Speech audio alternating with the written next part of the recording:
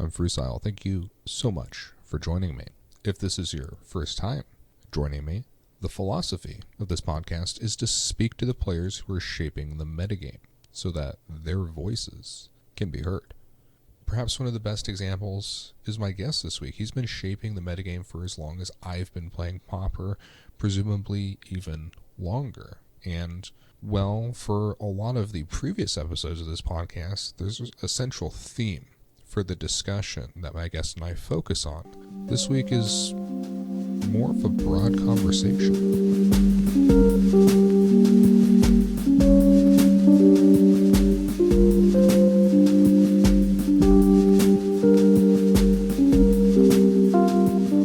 Thank you so much for coming on the podcast. Could you tell us a bit about yourself? Sure, yeah. My name is Billy Parg. I'm from upstate New York. I've been playing Magic for as long as I can remember. I think my brother picked it up. I have a brother who's 2 years older than me. Picked it up when he was maybe 12, and he's 31 now. I'm 29. That was back in, 5th edition. But then I really started playing Magic. I remember I started going to JSS's back in the day in like Odyssey block. So that's when I really started playing. And ever since then, I've been loving it. Magic Online came out. That's usually my second question, is how, you got started playing Magic. So you're already a question ahead of yourself, really. Could you tell me about how you got started playing Pauper? And a follow-up question, what made you stick with playing Pauper? Sure, yeah. So Magic Online came out, and I love drafting. That is my favorite format. Not too long after Pauper was introduced on Magic Online, I saw a really cool Ideas Unbound Grape Shot deck that was trying to storm off in combo. So that was the first thing that grabbed my attention, and I tried playing that in two-man queues and things like that.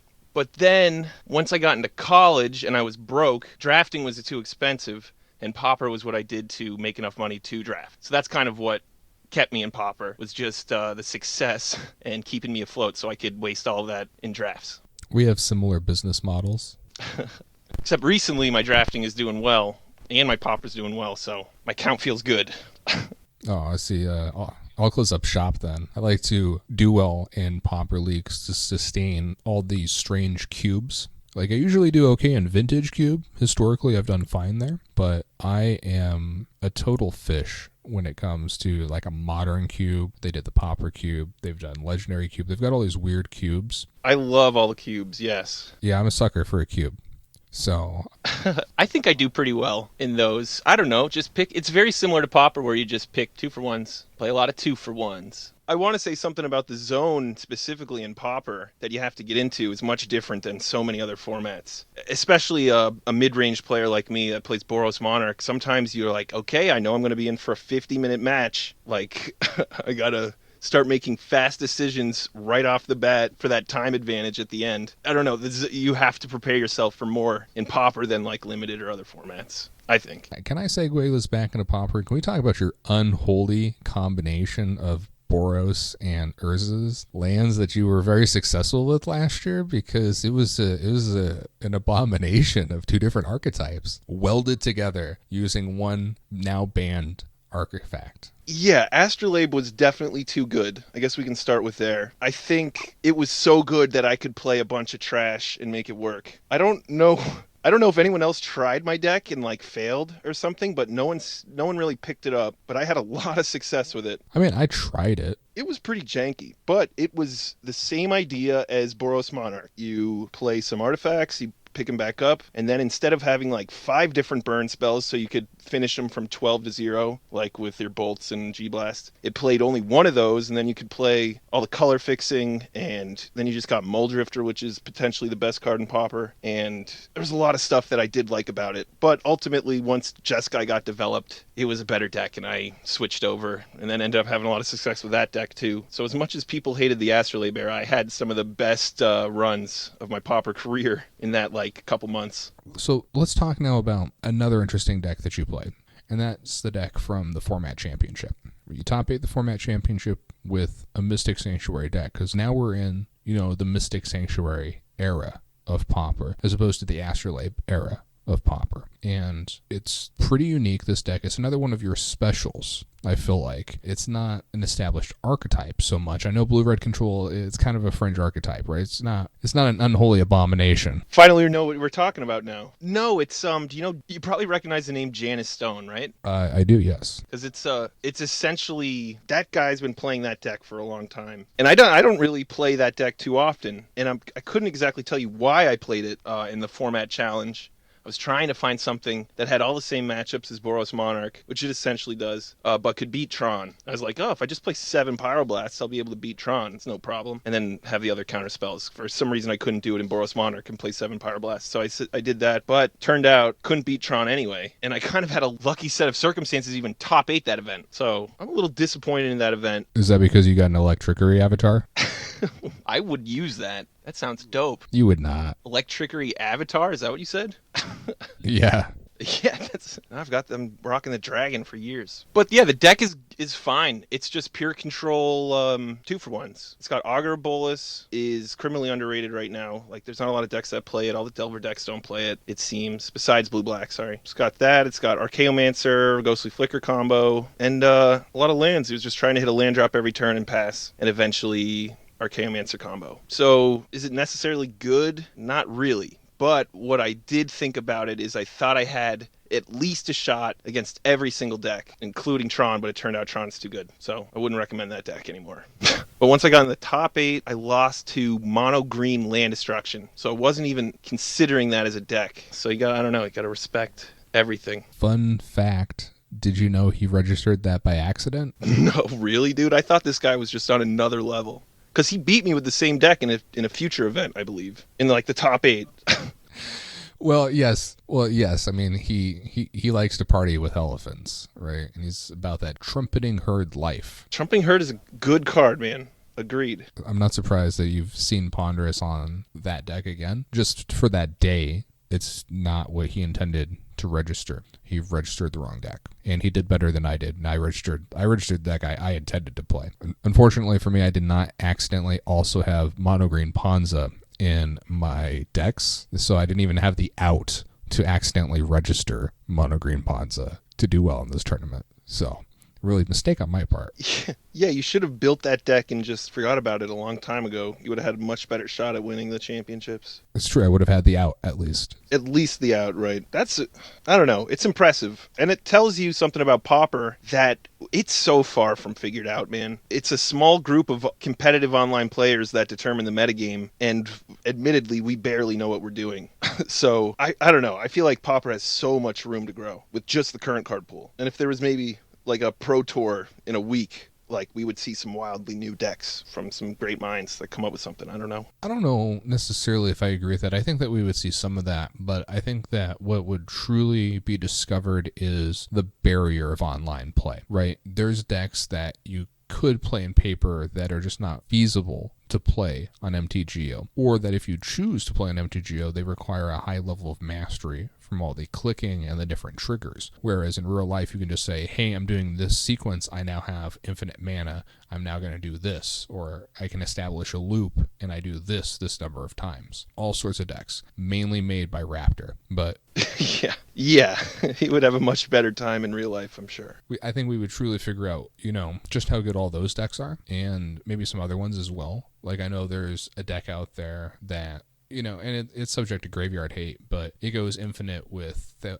High Priest, Thethmos High Priest. Yeah, the Kung Fu Trees deck, I think you're talking about? Yeah, with the goblins. That's cool. And yeah, he said his biggest complaint was that you could barely finish a match, right? Exactly. I think there's a lot of different decks out there that we've yet to see. Their true playability, their true power level. So I don't think necessarily we would see a lot of, hey, look at this, no one ever thought of this kind of decks. I think that we just might see some highly refined lists for some archetypes which logistically are unfeasible on MTGO. So I'm eager for that day. I thought you were about to talk about the Pauper Super PTQs on MTGO, because that's something recent they've done for Pauper, which is super cool. That's true. We were included in that as a real format, again showing that in addition to PTQs, we're being included in the competitive scene. Maybe not at the Grand Prix level just yet, but again, a step in the right direction. Are you going to participate in the event? If there's a Pauper Grand Prix, dude, I would fly to it.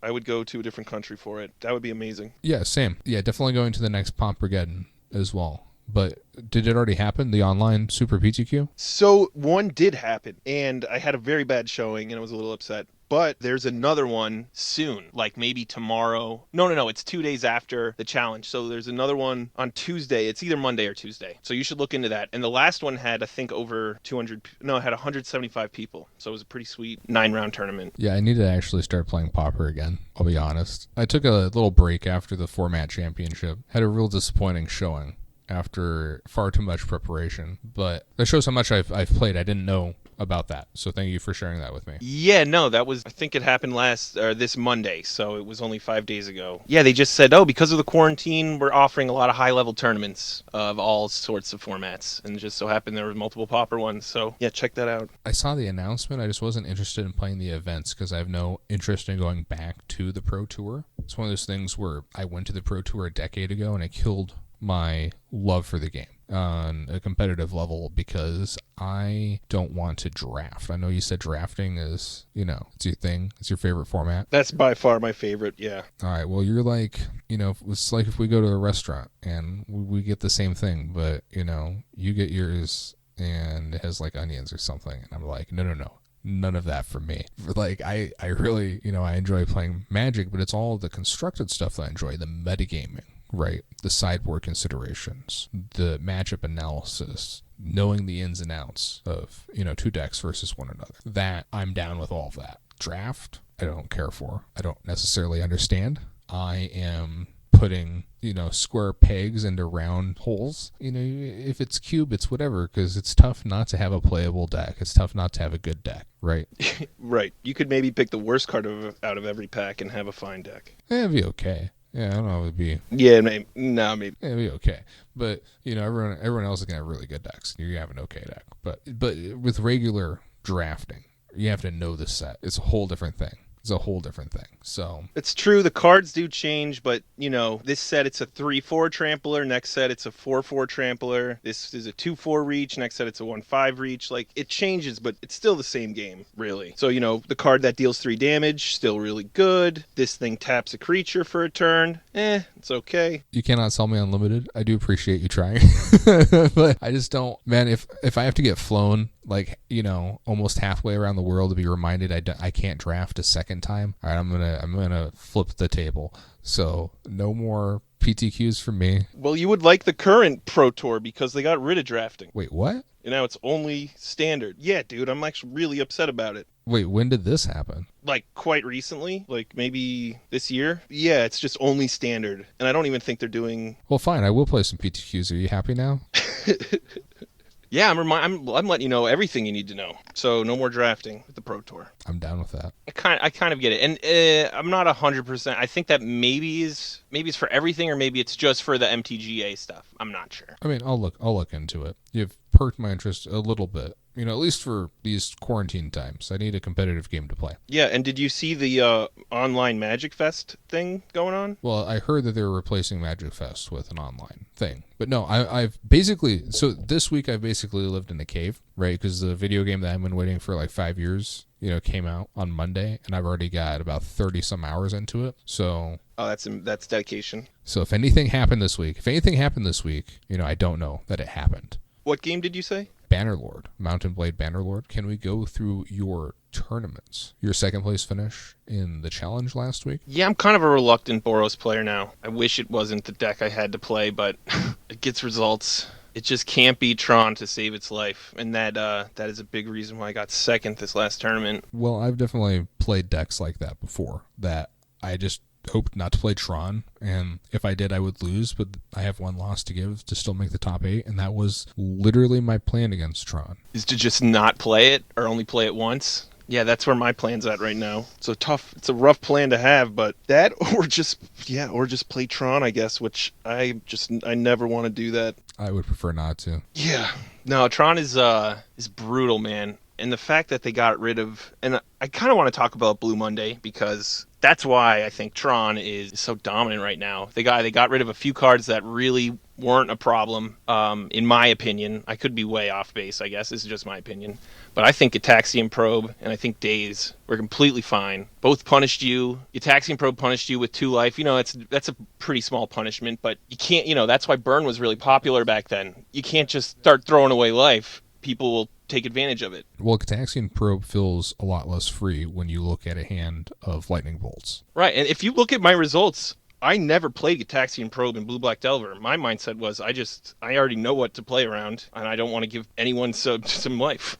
2 life was not free, was what I was saying. And I could be really bad because they banned it. So that's the first thing. And Daze got worse as the game went on. So I thought those 2 cards were fine. I think getting rid of Gush, completely fair. That card was really good. Eventually, like a lot of lists were only running 3 Gushes for a long time. And then I saw Modern Monkey did really well in a Pauper challenge playing 4 of them. I remember I played him maybe for the win-in to get to top 8.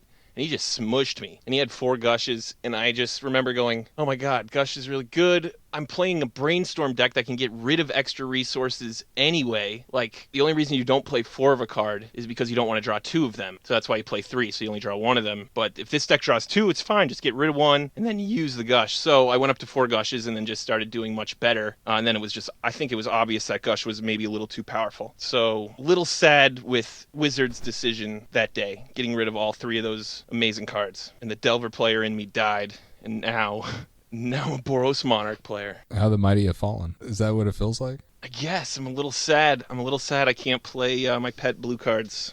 Yeah, well, Burn was the most popular deck in the leagues at that time, and I eventually did come around as Blue Black Delver pilot that I didn't want Probe in the deck. I thought it was strange. I think Modern Monkey was the first to cut it as well. I think that's how he made room for those 4 Gushes. And usually he's a trendsetter at this point. He's always in the top 16 or the top 8 of these tournaments. So, usually he's right. Yeah, he smushed me with 4 Gushes. And then I looked at his list and I knew that he was right. He was just definitely right. Yeah, tell me a bit about Boros. Can you tell me about the matchups with the deck? You've mentioned the horrendous Tron matchup, but tell me about the decks you want to play against. Sure.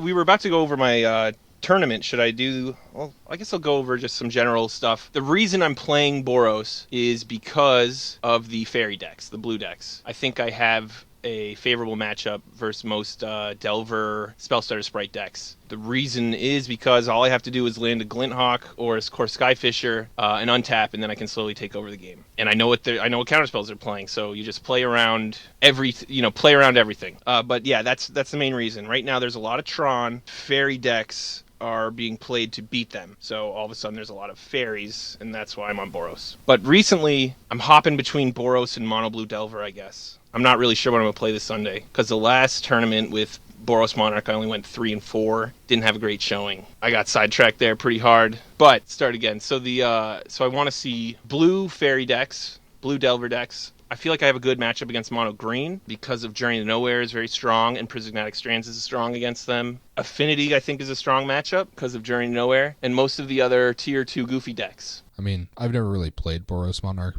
but all that sounds right to me based off of me having played a lot of those other decks. Also played a bit of Boros Bully, and yeah, Prismatic Strands plus Journey to Nowhere can be a big game just against certain strategies, especially the mono-colored ones, like Mono White Heroic. In addition to Stompy, really get shut down hard by Prismatic Strands. Prismatic Strands, funnily enough, still does good work against Mono White Heroic, but it does less good work because all your creatures are white as well. So you can't really make progress. You have to race. You can't set up the giant limited situation where you're like, all my dudes block all your dudes. Prevent all your damage, but not mine. So you can't achieve like the limited player's dream. Right, the super blowout. Yeah, that's not an option. I totally get that, but you can race using Strands in that matchup, I would assume. No, you're completely right. All it takes is, let's say you have 2 power flyers and 2 Prismatic Strands. What is that? That's 16 damage. It's really not that hard. So you're completely right. And that's a lot of the way I beat Boggles and Mono Green is I'll set up like maybe 1 or 2 flyers, a couple turns where they won't attack because they have 3 mana up. It's like the easiest read ever to see if someone has Prismatic Strands in their hand. And, you got to accept that. But the card is inevitable sometimes. Like, if you could play a blue counterspell for 3 that you could flash back for free, that card would be nuts, right? So this is like even better than that in some cases. Yeah, Strands is a real good card. Absolutely. If I had to boil it down, that is the reason I'm playing Boros Monarch, because that card is stupid, and Core Skyfisher is positioned very well against the rest of Pauper right now. Yeah, that sounds about right. Now, I have a question about the 1 of Battle Screech. I'm not used to seeing a 1 of Battle Screech, and I'm curious why the first copy of Battle Screech is better than the 4th copy of Prismatic Strands in the main deck, or maybe the first copy of some other. I've seen like Serrated Arrows in some lists. I'm not necessarily advocating reactive card like that over a proactive card in the form of Battle Screech, especially because it has flashback.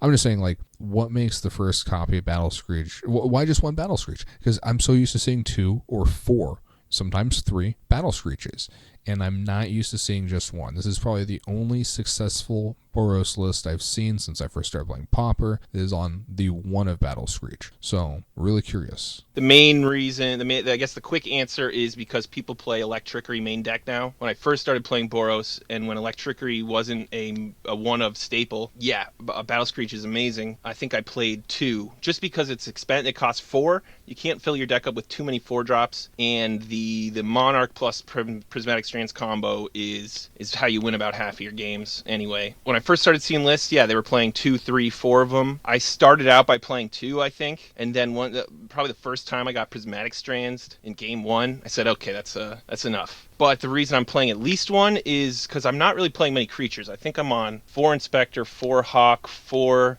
Core Sky, and 3 4-drop creatures. So I've only got 15 creatures, so it's kind of just like that extra oomph that you need. It's essentially a 4/4 power flying that's really good with Prismatic Strands when you're trying to block and kill stuff. So I think it's a really good card, and the reason I'm not playing multiples is because of Electrickery and Nausea when Nausea was being played in blue-black and things like that. So the card's still great, it's just not very well positioned. Yes, exactly. And the deck still needs some kind of value creature. So a lot of times with that card, I won't flash it back if I'm expecting them to try to kill all my creatures. Does that make sense? I'll just cast the first one and just hang on to the second one. Yeah, I mean, I've played a fair amount of Boros Bully. I've just never really played Boros Monarch. So, yeah, I'm used to being in situations where... Okay, so you've got Battle Screech play under your belt. Yeah, there's certain situations where you run it out there, and that puts them in an awkward spot because they're expecting you to flash it back, and then when you don't, they have to choose whether or not they still are going to end step Electrickery or try to get that value from me, which, spoiler, they're not going to, so... Because we're ready, exactly. Yeah, so then it's just that moment of recognition whether or not they recognize, well, crap, I may as well do it now. It's the most I'm going to get out of it, even if it's not a lot. Right, and then there's 2 more coming. And then another thing I want to say about Battle Screech, actually, is that it's good against blue decks, where 1 counterspell doesn't take care of an entire Battle Screech. So it's also good there. This is why it deserves a main deck slot.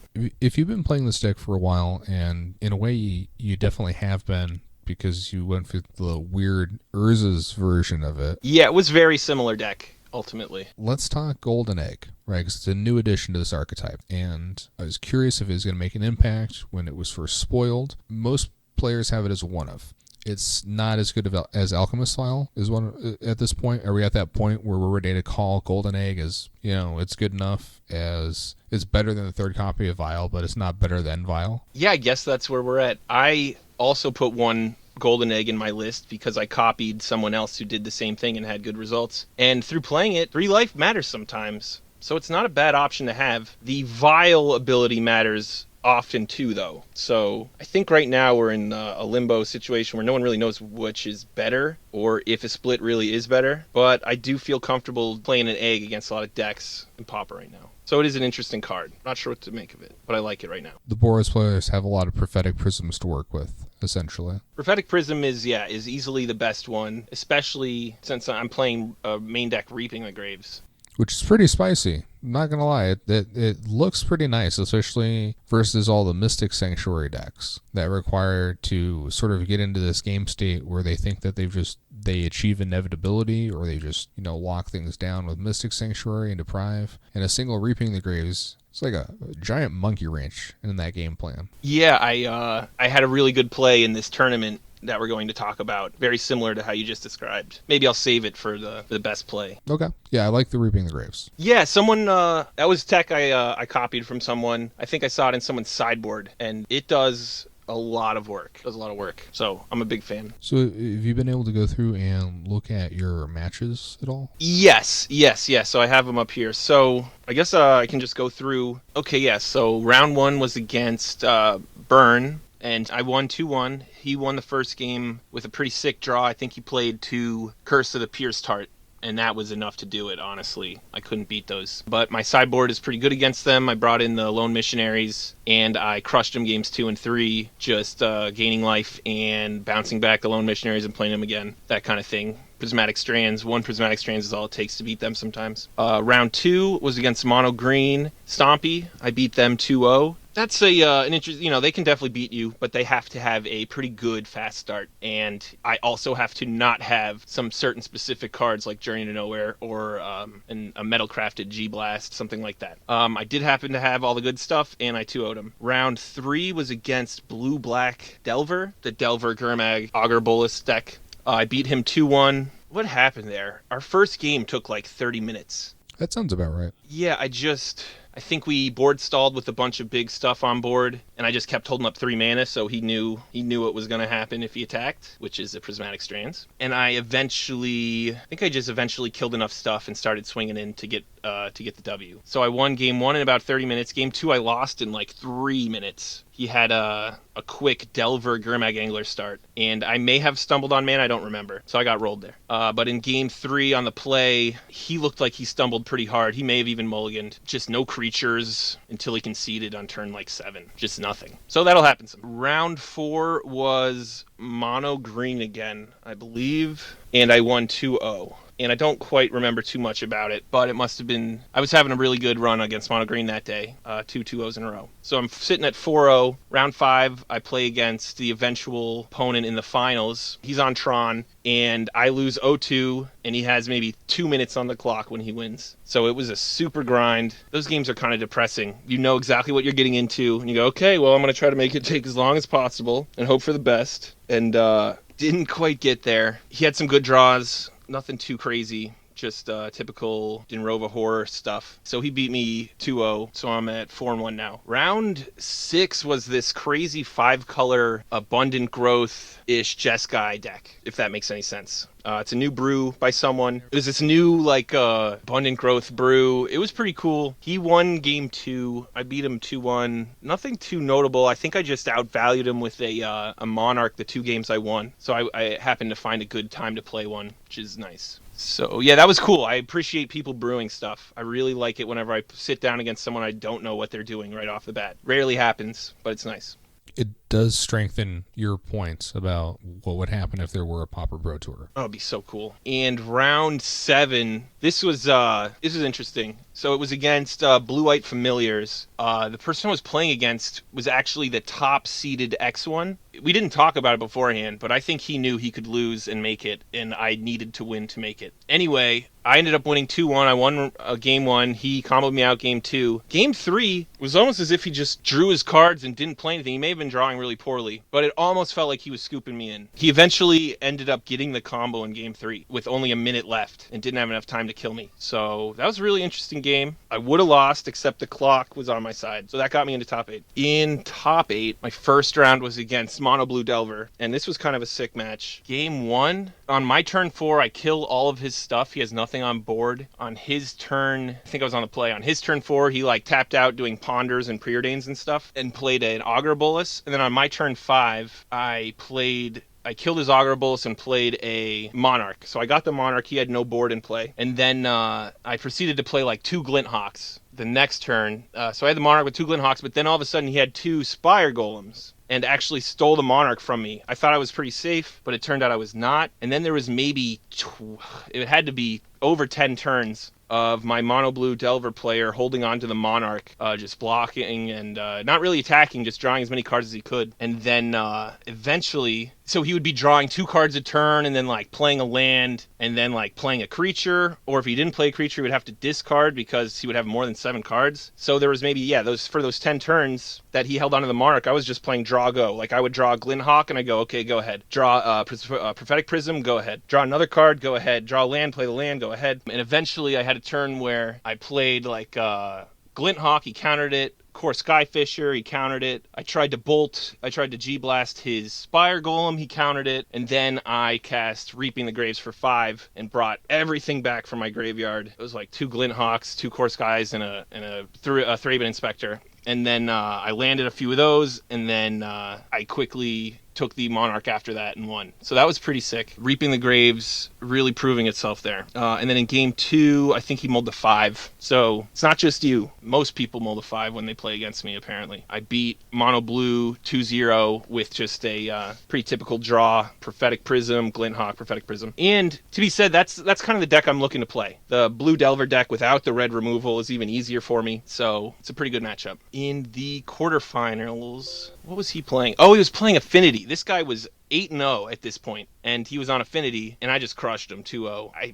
I'm pretty sure the game went like this. He was on the play. He went turn 2 Carapace Forger. I went turn 2 Journey it. He went next turn like Mirror Enforcer, Carapace Forger, and I was like Journey that one, Galvanic Blast the other one. And he was just every time he played a threat, I had an answer for it, and eventually landed some huge card advantage thing. I don't think it was. You know what happened that game is I played Guardian of the Guild Pact, and all I had to make sure was all the artifacts were off the board because Guardian can handle everything else. The Carapace Forgers and the Atogs. Oh, and something about Affinity is you got to be careful with your Prismatic Strands. You don't want to get caught with your pants down and like cast Prismatic Strands and then have them in response fling you. So, I don't know. It's hard to talk about the nuances of that, but be prepared to not get blown out by like fling in response to your own Prismatic Strands. Game 2 in that matchup, I brought in a good amount of Artifact Hate and just crushed them. Pretty sure I got a like turn 4 Gorilla Shaman, killed 2 lands. That's really all it takes. So got Affinity in round 9, 2-0. And then in the finals, it was the Tron player I played in round 5, and he beat me 2-0 again. And that's a tough matchup, and it took a long time. He had maybe 4 minutes on the clock at the end of that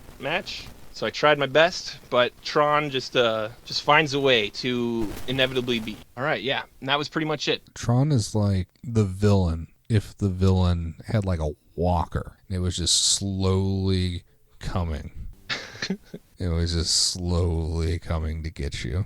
Yeah, Tron is, I don't know how I feel about it. It's not the most fun deck to play or play against. It's very good. It just happens to beat the decks that I like to play. The very consistent decks. Tron can't handle some of those like weird tier 3 decks that pop up like Mono Red, Kiln Fiend. Like sometimes Tron will lose to that. That's a part of the reason I don't like playing Tron, especially in leagues, is because you're just going to run into like some whack crap and lose. But I think that you'd never play against if you played a normal deck. Right, but in challenges it ends up being a great decision because you filter out all the weird crap. You don't play against these tier 2, 3 weird card decks. The metagame is pretty established in the challenge. Right. I think Tron's a safer pick.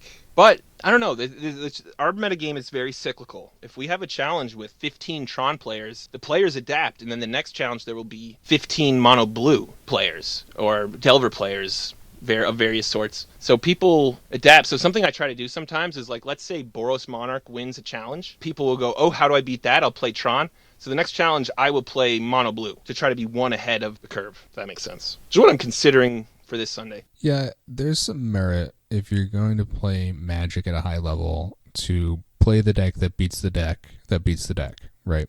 To be a week ahead of everyone is to be a week ahead of the people who are ahead of the pack. You know what I mean? Right, because you have to beat the best player. If you're trying to win one of these things, you got to beat good players. You don't just play random people. Well, for the first 4 rounds, sure. Right, and that's where you play against burn and lose and freak out. How does this happen? But yeah, I don't know. The Pauper tournaments are pretty ingrown. I guess, I mean, like, it's just you see a lot of the same people. They tend to do well, though. The ones that do, at least. Like, for example, yourself. This isn't the first time you found yourself in the finals of the challenge. No, I actually won the challenge, I think 2 weeks before that. Before this one that we're talking about? Yeah, that's just it, is that I remember I've been trying to get you on the podcast for a while, and you won the challenge, I feel like, while I was still covering the Format Championship, because I talked all 4 of the people who top 4 the format championship. So I missed you there. I missed you there just barely because you top 8 of the format championship, right? And I spent like 4 weeks covering the format championship, and I feel like you won in that time period. Oh, I was way off. I won in February 23rd was the day. So that's the last time I won a challenge. I 10-0'd it. That was a good run.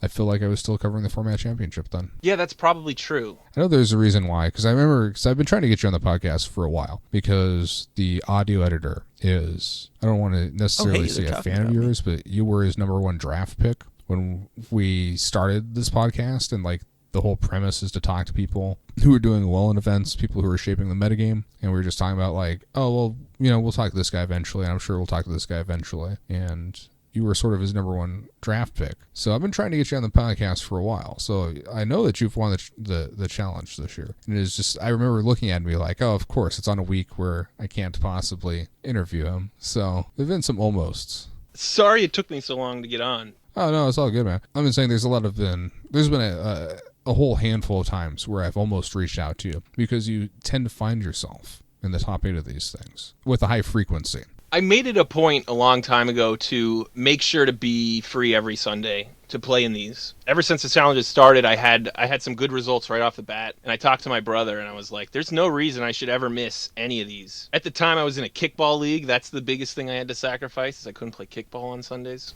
But it has been worth it, I guess. And I haven't missed a challenge in a long time. That being said, Monarch, I've had some good success with, but we might be in a moment in the metagame where I'm going to start veering away from it a little bit. It's not the only deck I've had success with. It's just the most recent one. How out of touch am I if I'm going to come back and start playing Blue Black Delver? Because I have not played the challenge this year except for the first challenge this year. I was fortunate enough to split that, and I haven't played the challenge since. So if I play the challenge on Sunday and I play the same deck that I played in January in the form of Blue Black Delver, how out of touch am I going to be? How positioned is that deck right now? There's not many people putting up a lot of results with this deck, but there is one guy putting up results with this deck. So I think it is a good deck. Like, I think you'll be fine. I will say I'm not in love with 3 Tragic Lesson. How do you feel about the card Tragic Lesson? Everyone I see who's playing that is playing multiples, like 2 or 3. I don't think I want 3. I think I've cut it down to, so in my mono blue deck, I've cut it down to 1 Tragic Lesson and 1 Deprive. In the dream scenario, you only want to draw those once, right? Near the end of the game, when you can take full advantage of that extra mana. Yeah, it makes me wonder actually if it's worth playing 1 Merchant Scroll, because I feel like it gets Agony Warp, it gets sideboard cards, and it also opens up the possibility for an adjustment to sideboard cards in the form, notably, of Curfew over a Null or Diabolic Edict, the second copy rather. Is Merchant Scroll a sorcery or an instant? Yes, that's the thing. It's a sorcery. Yeah, dude, that's a big problem. I mean, it's a fine card, but like, would you rather play Merchant Scroll or like Winged Words? You know what I mean? Well, I probably not Winged Words, because I probably don't have flyers, or if I do have flyers, I'm probably winning this game anyway, right? Or like, there's a black card that draws you 2, right? But the sorcery part's an issue. But you're right. There's a lot of cards that have utility that you only want to play one of that you do need to find sometimes. I could say maybe 1 in the sideboard. 1 in the sideboard might be fine. But I will say I think it might just be a little too slow, right? Yeah, I'm just greedy. And I'm thinking about how it's restricted in Vintage. Is it? Oh, because Ancestral Recall exists. Gifts Ungiven was actually the one that pushed it over the top at the time. You could play 4 of them until Gifts. Did that deck play Gush? No. It doesn't have time to be gushing. Just wins before Gushes even matters? Jesus. Nah. It's not. Gush is not a good card if you don't have creatures. Okay, that's interesting.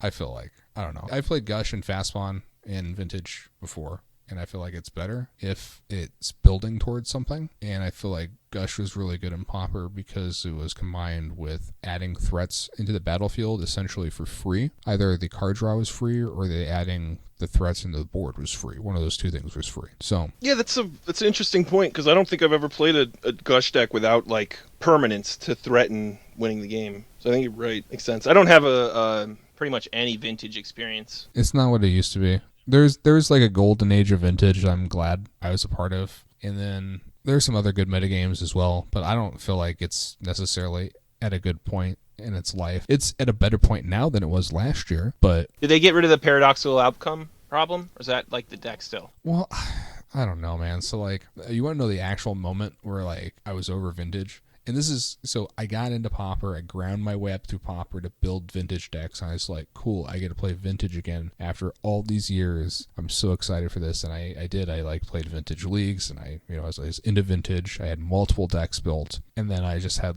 the game where I mulliganed to 0, and then I won on the first turn. You mulled this.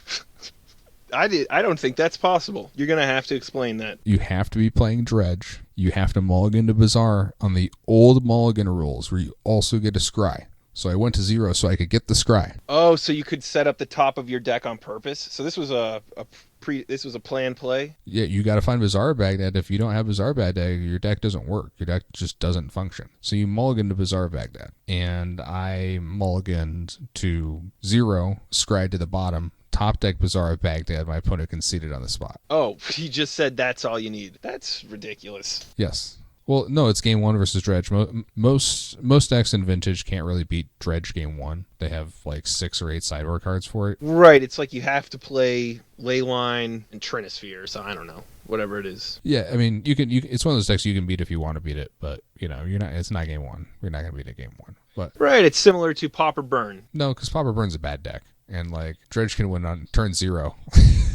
Right, so the power level of this one is much higher. But it has the same issue where it can get easily hated out. That is true. And people have sideboard cards, which is also similar. A shared function in these archetypes. Right, yeah, people will... usually they play good cards in their sideboard. Sometimes people don't. I see a lot of weird stuff in people's sideboards, but generally they know what they're doing. So, let's get this just a little bit back on track here. Let's get into your play of the day. Because you teased it earlier, where you said you had a sweet Reaping the Graves line. Yeah, so that was actually in the quarterfinals of the Pauper Challenge that we were just talking about against Mono Blue Delver. I thought I was safe. I cleared the board and I played my Monarch. I thought I was safe, but eventually he played 2 Spire Golems and could attack in and steal a Monarch from me. So that was, it's not really where you want to be. So from then, 10 turns later, after doing a lot of Drago, trying to stabilize, he was still drawing 2 cards a turn off the Monarch. I found a line where I could essentially throw a few creatures away from my hand into counterspells that I knew he was going to play. So I think I went Glindhawk, he countered it. I played Core Skyfisher, he countered it. I played Galvanic Blast targeting his Spire Golem, he countered that. And then after all of that, I had 5 creatures in my graveyard, and I Reaping the Graves for 5 to bring back all of that value. And that is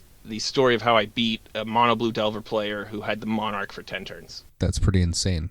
I can't think of many games in the history of Pauper where one player had the Monarchy for 10 turns and still lost the match. As soon as he got it, I had do that sigh. I had kind of given up. I'm not just going to concede, though. But yeah, I had no expectation of winning that. Well, not in a tournament like this. Maybe if it was just a league or something like that, you might be like, all right, on to the next one. Yeah, I'll write it out. I don't know. On turn 5 of these 10 turns, though, is when I drew Reaping the Graves. That gave me a little light of hope. I had, I formulated an idea. Basically, wait till, since he's drawing 2 cards a turn, you can't have more than 7 cards in your hand. So there was a point where he would just, he'd have 8 mana up, have 4 counterspells up, but he'd have to discard a card at end of turn. So, and then on my turn, I'd only have 5 cards, I dropped to 6. So that's why I just did draw go for so long, until I got to a point where it was 7 cards versus 7 cards. And then that's when I went off and played my Reaping the Graves play. If you are trying to beat the Monarch, one thing you can do is not just throw away all of your action into counterspell. Just kind of hang on. Oh, he's attacking for 2 in the air. Okay, sometimes you got to take 2 in the air for 6 turns in a row until the option is right. I often do that when I see a threat enter the battlefield. I just realize, like, oh, that card's going to do 6, or that card's going to do 8. It really sucks when I have to make my game plan. It's like, that card's going to do 12 or more? I might lose to that card. It's going to do at least 12. Sometimes when a Delver's in play, it's like, oh my god, if that flips, it's over. And then it doesn't flip. And you're like, okay, next turn. Okay, if that flips, it's just over. Nope. Oh my god, I'm still in it. Delver Secrets is an exciting Magic card. One that I really enjoy playing with because of that exciting nature. Whether it's across the field or on my side of things, it's just interesting. It's like a little mini game. One that you sometimes have control over. Feels a little overpowered, but I think in reality, Delver is kind of an example of a really well-designed card. It's nothing too crazy, but it gives blue something they really needed in a quick threat that can really end the game. So yeah, I don't know. Big fan of Delver. And I'd still be playing it if I could play Daze and Gitaxian Probe, maybe. You could just be stubborn. Some of us are stubborn. Just I'm probably going to play it anyway. Yeah, there you go. I recently did okay with a mono blue deck in a challenge. I went 5-2. I'm probably going to run it back this Sunday because did you see what just happened in the... So there was a Pauper Super PTQ that happened on Monday, and the finals was Boros Bully versus Boros Bully. So what I'm expecting is more Tron to beat those guys, and I'll be here with my mono blue. That's my plan. I was thinking it might result in more Boros Bully. So if that does happen, which is very possible, I'm going to get eaten alive. So I got to get out of the first couple rounds. And I don't think I could, I could definitely beat them if I get lucky or play well. I think I'm going to play with Echoing Decay. Yeah, I think that makes sense. I think that I'm going to have some cards in my sideboard for Tron, and I think I'm going to have some cards in my sideboard for Stompy, because Stompy is not as good of a matchup as it used to be when the deck had Gush, and Stompy did not have Savage Swipe. So I think ultimately, because of the inclusion of River Boas to beat the other players with snow-covered islands, and my reluctant nature to cast Snuff Out for 4 life, I think I'm also going to add some Cursa Chains in my sideboard, because Cursa Chains is excellent answer to Guardian of the Guild Pact, as well as stopping whatever Stompy threat has all those +1/+1 counters and or Rancors attached to it. So, yeah, really good card against Rancor, basically, as well as Hunger of the Hell Pack. So, I'm going to probably play some of those in my sideboard. That's going to be my plan. I don't know. You're playing Islands as well. I don't know what your strategy is against those decks, but... I don't know. The mono-green matchup, I played mono-blue Delver for so long. Before the blue-red Is It Fairies deck was developed, mono-blue, I think, was the top dog. I played that for so long. And for the longest time, mono-green, I think people perceived mono-green to have a positive record, but I never lost to mono-green. I, crushed it every time with blue. But since they got Savage Swipe, the matchup has gotten a hell of a lot worse. So I don't have a great plan to beat mono green. I have to hope they lose to themselves, which they do often. Just draw one too many lands. Just oh, I'm out of this game. That sucks. Oh, you could have played Ponder or something else to help you not do that. But I don't know. People are really attracted to decks that can end the game in 10 minutes for good reason. Yeah, I like to attack with creatures. I mean, I also like casting Brainstorm, Counterspell, so... sort of my love, really, in a nutshell, for Blue-Black Delver. It's all the things I like to do. It has Delver's Secrets, that's an exciting magic card. It has Augur of Bolas, that's an exciting magic card. It has 5/5s for 1. It has Counterspells, and Brainstorms, and Preordains. How can you not? Really, how can you not like this deck? It's a great deck. I think if you go for it, I would recommend cutting the number of Tragic Lessons down and just play more impactful cards. Yeah, I might sneak in a Reign of Revelation. The reason they might be doing it is because they might be just exiling their own Tragic Lessons with their Gurmags, or maybe there's a lot more graveyard hate than I realize, and they don't want to lose the only copy they're playing, something along those lines. So I guess be worrisome about that, but I don't know. I would just play one. I don't think it needs 3. I'll be honest, I played a league with it earlier today. I went 3-2. Dude, think of how bad of your hand, if you draw 2 of those in your opening hand, that's almost an auto mulligan, right? Yeah, I mulliganed a lot. I'm not going to lie. I'm probably just going to go up to 21 lands because I mulliganed down to 5. Yeah, how many lands are you on? Several times. I'm on 20 lands. I'm still mulling to 5 all the time. I saw people playing up to 21 lands because land drops are super important. It seems reasonable. I think, what am I? I'm on 18 lands, but that's mono blue, so... You have extra scries in your deck, extra cantrips. Right, how many Ponder Preordain are you trying to run? 8 total. You're just going to run the full both of them? Yeah, okay. So you could maybe get away with a few less, 19 or 20. I think I'm just going to cut a 3-drop for a land. I think that's really the plan. That's completely fair. You just put in some reps, so you know what you need. Yeah, I don't know. I'm going to play some more Pauper. When it comes to Silly Sliver's abilities, what do you have to share? Oh man, you're putting me on the spot. I've got kind of a sad ability. Someone might find this as rude, but here we go. All slivers are unplayable. Harsh words. Yeah, dude, I'm sorry I had to do that to you guys. It's just the facts. I mean, I appreciate it. It's brutal, but it's brutally honest. It's not really true either because they won a challenge recently. I would say all slivers are okay if we're going to talk about it from a spike perspective. That's more fair. That's more fair. I don't know. I didn't mind hurting. All slivers are dece. Most slivers are not dece. I would say it's 10% of slivers are pretty dece.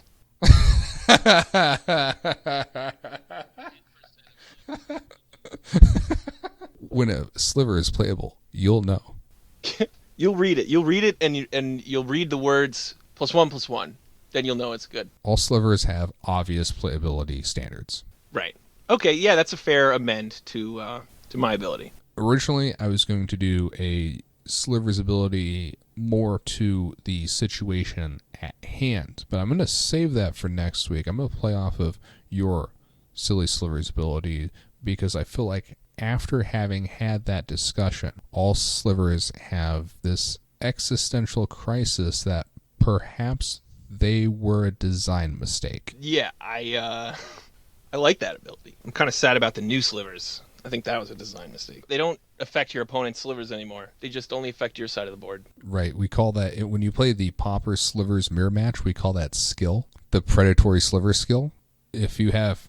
Oh, you draw only predatory sliver and you're the man? Yeah, makes sense. Generally, the more skillful player will win the slivers mirror match. I mean, sometimes it matters if one player is like Journey in their deck, one guy doesn't. Sometimes that can matter. But yeah, I mean, it's just like, oh, your dude's a brigand, my dude's now. Cool. Yeah, the Sliver's Mirror sounds similar to like the Elves Mirror, where it's just something I don't ever want to be anywhere near any part of that. It's pretty silly. Yeah, I could imagine there's a lot of just, can't do anything, your turn. Can't do anything, your turn. Yeah, pretty much that. Sometimes with playback sliver, though. So thank you so much for coming on the podcast. It was a pleasure to speak with you. I know that I've been looking to have you on the podcast for a while, and I would imagine that we'll be able to hear from you again. Yeah, thanks for having me on. And, of course, if you ever want to have me back on again, please reach out. I would love to talk more Pauper. Maybe talk more content this time. I don't know if we even talked about anything important, but it was fun nonetheless. So, yeah, thanks for having me on. And thanks once more to my guests for coming on the podcast. Truly a pleasure. I've actually picked up Boros Monarch since this conversation. I've been fortunate enough to win a couple of trophies with it in some leagues. I've had a handful of some 4-1s, some unfortunate 2-3s as well. It seems like the deck can be a little clunky sometimes with the mana. Yeah, I know I just finished a league earlier today where I mulliganed quite frequently, and my mana development was strained in several matchups, which led to, a 2-3 finish, which wasn't really the result I was looking for. But for the most part, I do enjoy Boros Monarch. It's a pretty good deck. If you get to keep your 7-card hand, pretty favored against everything I feel like that's not Tron and that is not Familiars. It has a very reasonable game against the rest of the field, so if anyone is considering picking up Boros Monarch, that's my conclusion with it after having played a bit of it myself. Last time on the podcast, we had a giveaway. The winners have been contacted, although I am waiting to hear back from one listener, so hoping to hear from you. Coming up on the podcast, we're going to have Jer James be joining us. He has had a string of challenge and showcase top 8 finishes with Mono Blue Delver, and because Billster was talking about how he would play Mono Blue Delver moving forward, I can think of no better guest to have that discussion with. I'm looking forward to bringing that to you, so please do join me, and I'll see you then.